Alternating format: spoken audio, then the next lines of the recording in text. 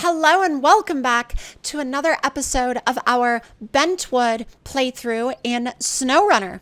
Now, in the second part of our series here on Bentwood, what we're going to be doing first is we're going to try to expand our, not necessarily like property slash homestead, but I guess try to give ourselves a little bit more of a fleet than just one vehicle. Now, we're not going to necessarily go too crazy right off the bat, but I do want to get my hands on a good ATV. And of course, I would love to hear from y'all in the comments down below, just kind of to let me know what you would like to see more of across the course of this series. Would you like to see more role play, or would you like to see more emphasis on the missions that have been built into the map itself? Or would you like to see kind of a 50-50 mix of the two? Because honestly, I'm open to either one of those options or a yet to be named third option. I just need to know so I know how to kind of proceed with the series, because without that feedback, I'm just not going to know. And that's honestly one of the other interesting things about SnowRunner in general, is the fact that there's a lot of different things that you can do, of course, but there's also just a lot of different types of ways that you can approach the game, especially in terms of actually filming content. Because sometimes people want to see role plays more, and then other times it seems like people want to see trucks getting thrown off of mega ramps more. And as someone that's been making content on SnowRunner for a while, I think it honestly makes it a little bit odd sometimes, because you never fully know whether people want to see the roleplay stuff more, or the mega ramp stuff more, or mudding, or this, that, and the other, because sometimes any of those three given categories can do really well, or they can be received really badly. And honestly, what I'm saying at the end of the day is that it's really hard for me personally to know what y'all want to see without directly asking you, and of course also making use of the fact that I can run polls on the channel, which I do plan on running another one very, very soon. By the time you're seeing this video, I may or may not have run the latest poll. I probably will have. But if you're seeing this video, I still recommend going and checking out the community tab on my channel, because I do post helpful and informative stuff over there from time to time. And I can also share things that are a little bit more in depth or a little bit more personal than I can in videos, because a lot of the videos generally have a particular purpose, whereas the community tab allows me to share little bits and pieces and answer little questions without necessarily having to go off platform. Now, at this point in the video, I'm sure some of y'all may have noticed the damage on the back of the Bronco. And so, yeah, the damage on the back of the Bronco. Let's talk about that. So, the damage on the back of the Bronco is from the fact that that trailer, I think, just doesn't play well with the spare tire. And mainly I say that because after I changed the bumper and got rid of the spare tire, the trailer did not have that issue again. And honestly, I don't know if the issue started as a conflict with this hitch, or if it was a conflict with just the spare tire or something else entirely. Tire entirely. Bye. But honestly, going back to what I was saying prior, I feel like, because this particular trailer has only ever had conflicts with other ones of John Hot Rod's mods, so I almost wonder if it just doesn't play nicely with this particular drop hitch, or maybe it's due to the spare tire and the way that it occupies a certain amount of space, and the way the front of the trailer occupies a certain amount of space. I'm not entirely sure on that. I'm not entirely certain. And I also don't necessarily make mods, so I'm not necessarily an authority.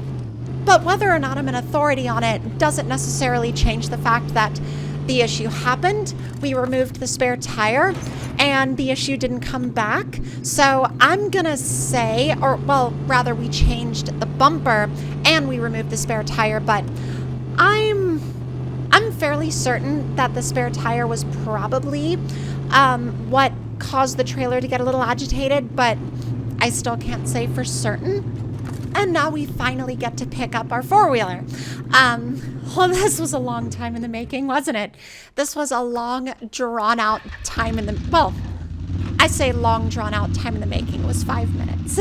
So, it depends on how patient you are, I guess. And as I was loading this thing back up, or rather, up for the first time, I don't know why I said back up. But who knows? I'm moving on. This has been all over the place. I hope y'all are enjoying this one as much as I am, because I am having a time, apparently. But no, honestly, as I got this thing loaded back up, all I was thinking about was how I was genuinely just crossing my fingers that the trailer wasn't going to go nuts again. Because at this point, it was entirely untested, and I didn't know if the hitch was going to freak out. I didn't know if the hitch was going to be okay, but the support was going to freak out and then, you know, throw everything off and then eventually launch the trailer into the air. There's all sorts of things that could happen with a setup like this, especially if that hitch area of the trailer decides to just lose its mind. So I was honestly a little nervous heading out, and I stayed out of high range for a really long time because of it. Because initially, I thought that the issue was that I went too fast and made something upset in the physics, and then it got mad, and then the hitch broke, and then things just happened from there. Although the more I thought about it, the more I was like, well, if the hitch itself was the overall cause, then it probably would have freaked out already. And as the journey went on, or rather the trip, the journey, whatever you want to call it, I don't know. I have been all over the place with like my terminology in this video, so I'm kind of just like, whatever words come out are the words that come out. But once again, as it went on, I just got more and more and more comfortable, and the issues just kind of went away. So I can only imagine that really it was the tire that was kind of the root cause of the problem. Now, as I explored this map more though, I honestly kept feeling more and more and more like it was, honestly, it just had that overall feel of a campaign map or a DLC map that was improved a little bit by modders, or rather the flavor of a campaign map that a modder took and then rebuilt in their own style from the ground up with all of that kind of map mod flair. And that's really, at the end of the day, what this map feels like. But I think the biggest thing with this map is that it still has that highway hauling flavor, although it's not necessarily as heavy on the quote-unquote highway element of highway hauling as some of the other maps are. So if you play the highway hauling maps primarily for the on-road and the pavement stuff and the, well, highway stuff, then this might not be the map for you, because it is definitely focused a little bit more on the off-road elements while still having a pretty decent road network.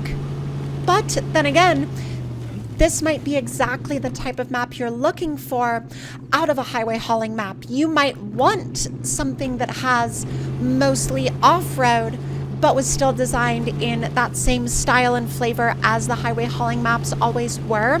So if you're looking for something more in that vein, definitely give this map a try. You will not be disappointed at all. And I'm sure that some of y'all have figured out by now why I went down this road. But for those of you that still have not quite gotten it, that wooden platform down there at the end is the exact reason why I came down here. And we're gonna put this thing to the test. Not only the vehicle, but also the platform.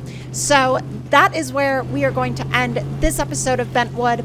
And if you enjoyed, let me know your thoughts and opinions in the comments down below. And I will see y'all next time.